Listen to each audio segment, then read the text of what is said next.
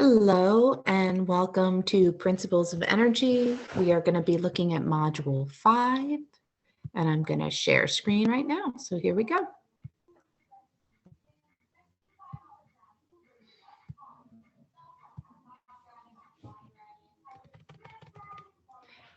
So Module 5 is going to talk about home energy conservation.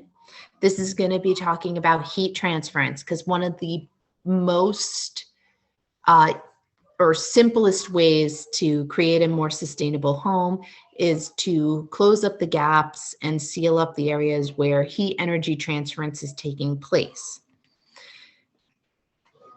One of the first things that we need to talk about is building materials. And there's two things to keep in mind when making choices on this. And the first one is conductors versus insulators. And we want to keep in mind that even within the same material, choices of color can create a difference in response to light. And this is a great example is always given with roofing material. You could be using the same roofing material, the same exact roofing material, but a black roof is going to absorb more heat energy of that asphalt shingling. And the white roofing will actually absorb a little less heat energy of that same asphalt shingling. So if you're living in a warm climate and you do not want to do a lot of heat absorption, you would choose a lighter roofing color. Other examples don't have to be things that are hard material. They can also have to do with called sustainable interior design choice or decor choice. And so just product that could be installed within a home can make a huge difference. And this example is one about thermal drapes. And so thermal drapes, if you were to take drapes, and we talk about that very old style of decorating a home, where we talk about things like uses of valances and things like that, that were once just seen as something stylish that people did for a style reason. Well, no, back in the day, the reason why they have all these attachments or accoutrements to their windows were to actually keep in the warmth of the heat loss that would move through windows or glass painting. And so by having a valance at the top, you close out the air circulation.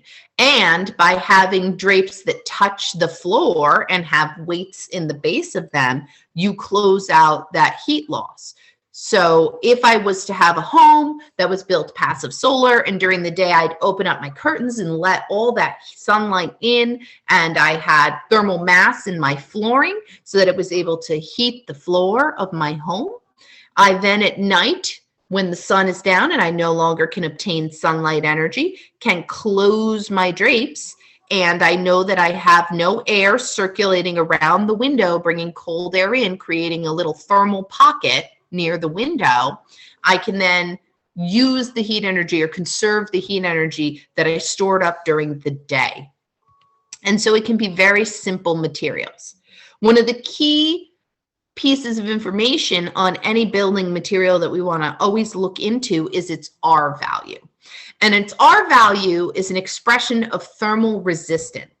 So this would be things that are good insulators and bad conductors of heat energy.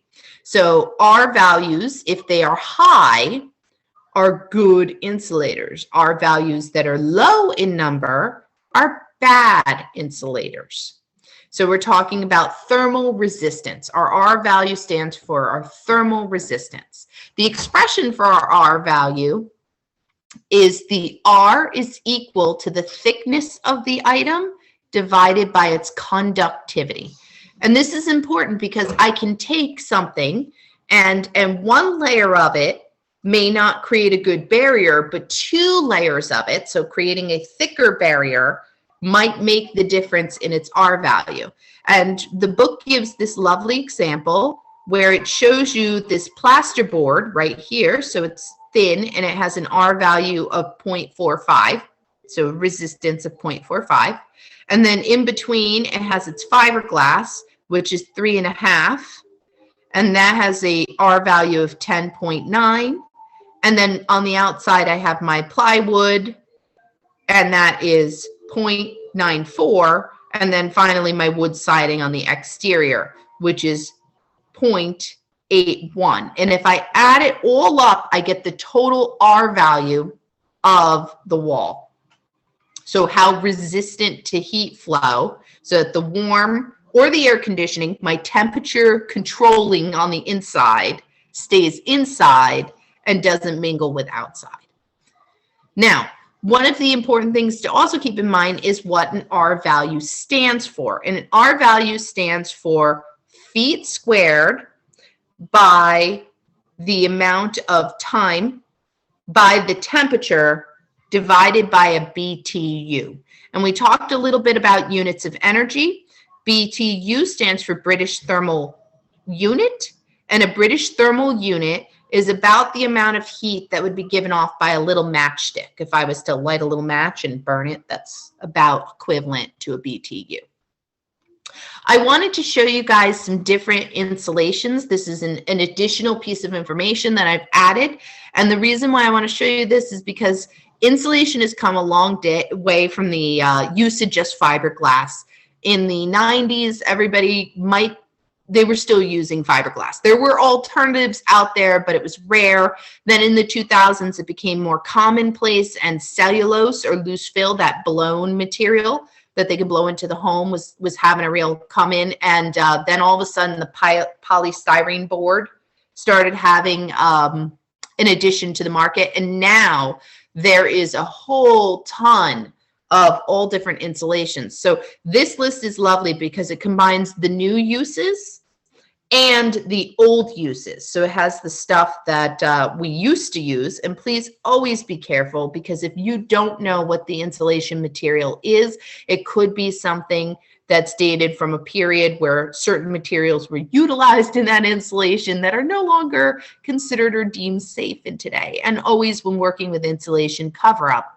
Wear full sleeves, put on something to ventilate through. You don't want to breathe in fibers, regardless whether they're cotton fibers or actual fiberglass fibers. You don't want to do it. But it's lovely because it gives you examples. So we have fiberglass batting, and it has the different R values based on its area. So once again, thickness. If I double the thickness, I double the R value. Cotton batting, cotton, blue jean, pre-consumer waste material is having a real surgence. People really like it. And that's because it can get up to an R value of 30, which is impressive. So, you know, and also you can touch that one. You don't have to mask up. It's a very clean material. So if you are environmentally sensitive, that might be something to think about. If you have exposed insulation in your home, replacing that exposed insulation with something that's less detrimental to your health can make a big difference. Here's the rock wool batting. Sheep work for a reason. Wool works for a reason. Here's fiberglass loose fill. Down here is the cellulose. Cellulose is a plant or paper material that's blown into this tufty material, and it blows in. And this stuff's awesome because you can fill like every crack and hole. So you can just blow it down and into any type of little opening and just fill it up completely.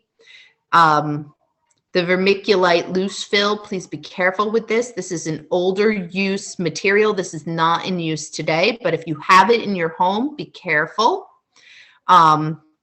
Here's polystyrene board. Here's another polystyrene, but has rigid form. Here's the ridged polyisobutylate material on its set. And then this is the low density spray foam. This is the stuff in the can that you can buy to seal up little cracks and crevices that you have openings in your home for, that also can keep out little buggies and vermin. So it has a double duty.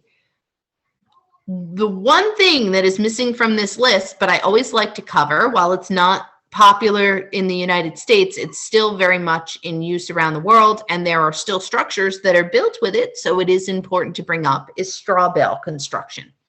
You can see me in the yellow in that picture. Straw bale construction is not commonly practiced, but there is some sustainable building that's been taking place, and people who want environmentally sound structures that aren't filled with chemical-based things. So if you are environmentally sensitive, this is a way to have a filling in your home that would make the difference. And they're pretty cool because you basically build your home with its joist structures and everything along that lines, and then you stack hay bales in between your joistings, and you fill it up. You can literally see the bales, and then you cover it with a concrete or a clay. There's so many cool building materials. There's like adobe muds that can be used, and you basically do the inside and the outside, so both of them get this lovely structure material on it, and it stands the test of time because, as we know, there is a ton of straw build construction around the world that are still standing today. If you go to Europe, you could go to like Ireland, and you can sit in a pub that it was built 200, 300, 400 years ago. It's all straw bale construction, and it was built in a way that the one fireplace in the building was able to heat the room. And it's quite an amazing old way of building that if you live in a similar climate that would be good for straw bale, this is an amazing structure. And it has quite a substantial amount of R value in your insulation. Insulation is amazing because it's working on the premise of holding air in place. That's all it's really trying to do. Air is actually a great insulator of thermal energy. That is why we wear down jackets. We wear down jackets because that fluff that is inside the downing of the jacket holds our warm body heated air near our body so that when the breeze comes by, it can't blow it away. And so air is an excellent thermal insulator. And so the more air that you can hold in place, the better. And so you can understand why something as big as a straw bale would have a lot of air trapped into it. But those are some wide walls. Want some less wide walls, you get into the more common uses of materials, right? These are standard R value checks, and we had talked previously about how energy efficient various R values are, and you can just see that the increase in the R value only translates in a change of about 1% on the actual reduction in heat flow once you get past an R value of 8. If something reaches an R value of 8, everything consecutively goes up by 1, 2, 3, 4, 5%. And while that doesn't sound like much, it can be quite substantial, especially if you live in a climate that fluctuates a lot. For example, we live in New England. Our climate is fluctuating a great deal, so that 2, 3% can be a game changer in how much heating you have to do or cooling you have to do in your home.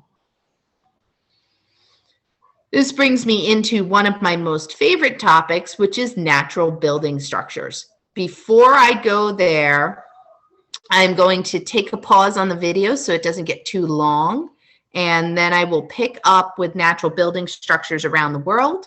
As I mentioned, straw building on timber framing is the historic natural building structure for our climate zone. But that doesn't mean it's the only one. And if you live in other climate zones, there are other building structures that the weather conditions might be better for.